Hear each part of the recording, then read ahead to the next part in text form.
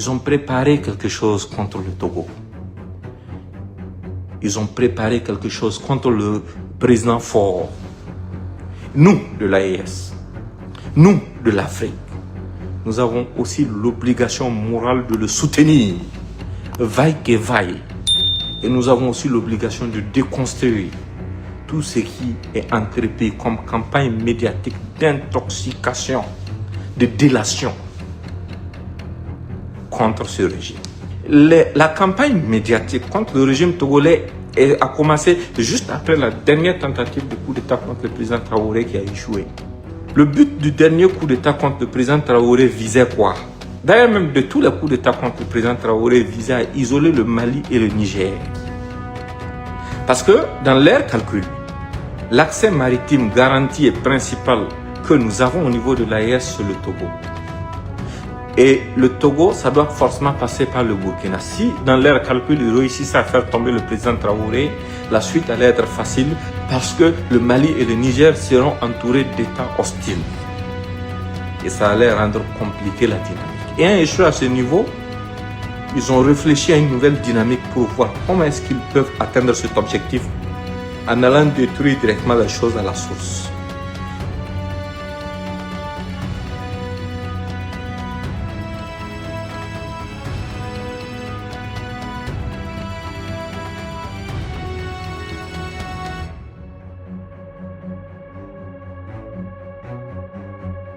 C'est sur ça qu'il faut réfléchir.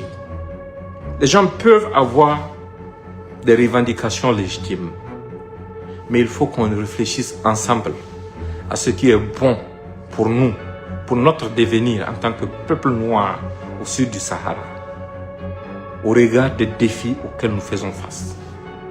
Il faut qu'on y réfléchisse très profondément.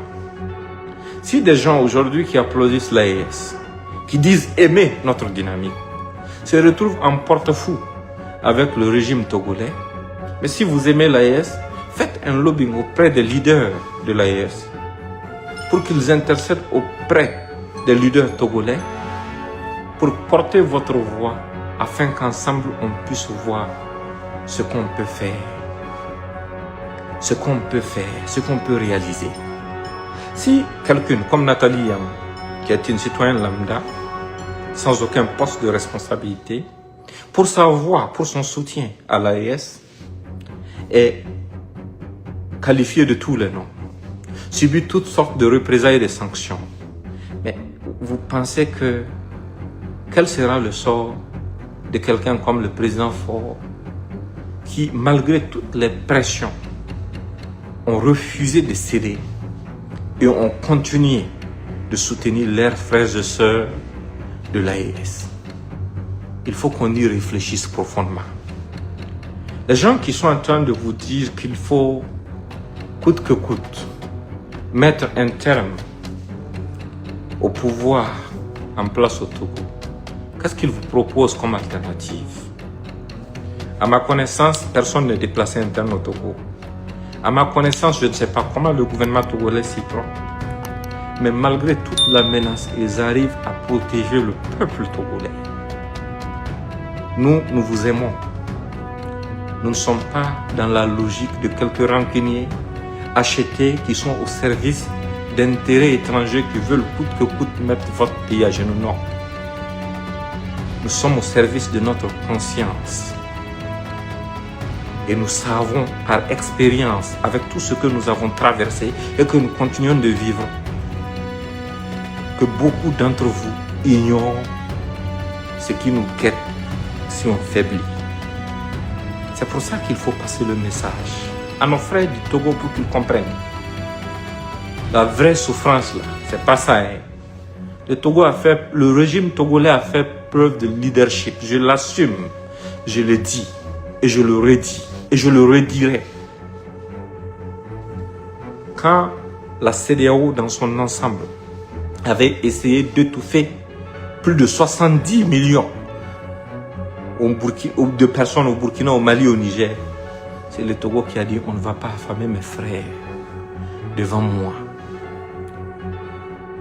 Aujourd'hui, le Bénin supplie le Niger pour qu'on ouvre la frontière afin que son port puisse continuer d'être fonctionnel. Et le Niger le refuse. Le Niger le refuse. Parce que le Bénin n'a pas fait preuve de fraternité envers nous quand on était dans le besoin. Le Togo nous a soutenus. Le président Faure a fait preuve de panafricanisme. Je le dis, je le redis et je l'assume. Et je le dis encore à la BIRC, à tous ceux qui soutiennent la dynamique de l'AES. Ne vous laissez pas avoir par l'émotion. Les gens ont fait bombarder la Libye sous le prétexte de vouloir instaurer la démocratie. Les élections auront lieu là-bas quand 0 de 0.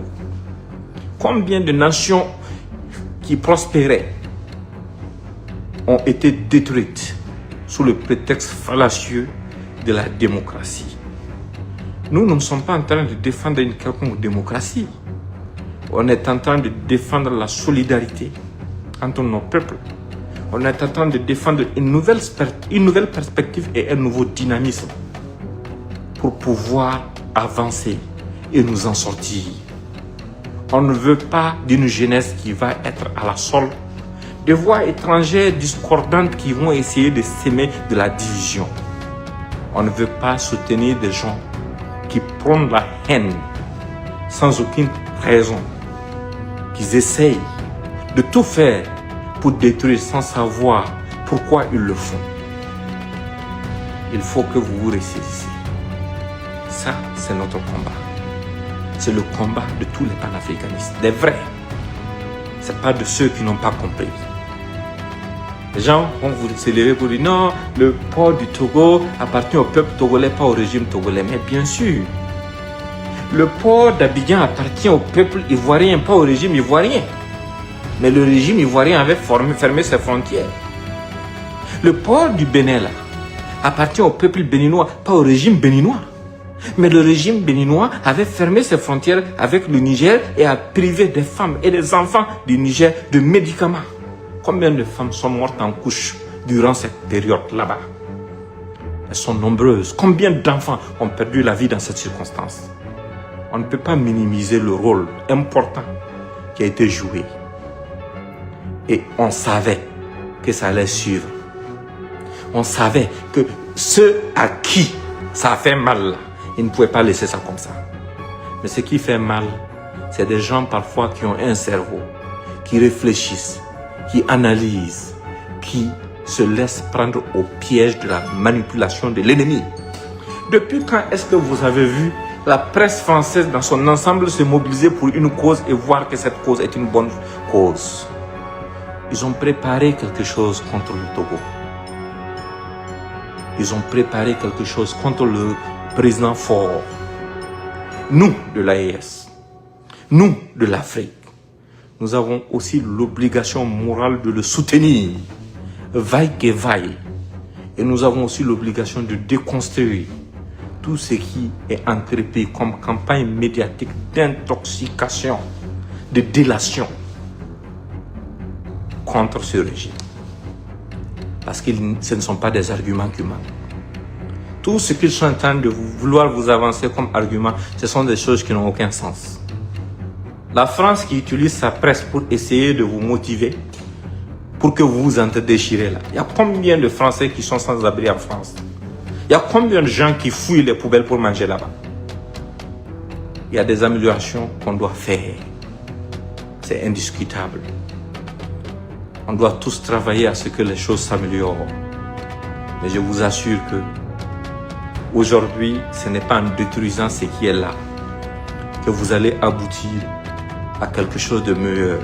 Nous en avons fait l'expérience. Et nous ne pouvons pas le cacher.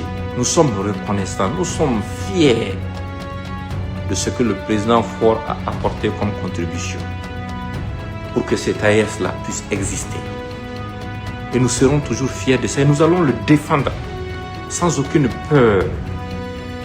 Et ce qui se passe au Togo nous regarde aujourd'hui, ça nous regarde demain parce que les Togolais sont nos frères et sœurs.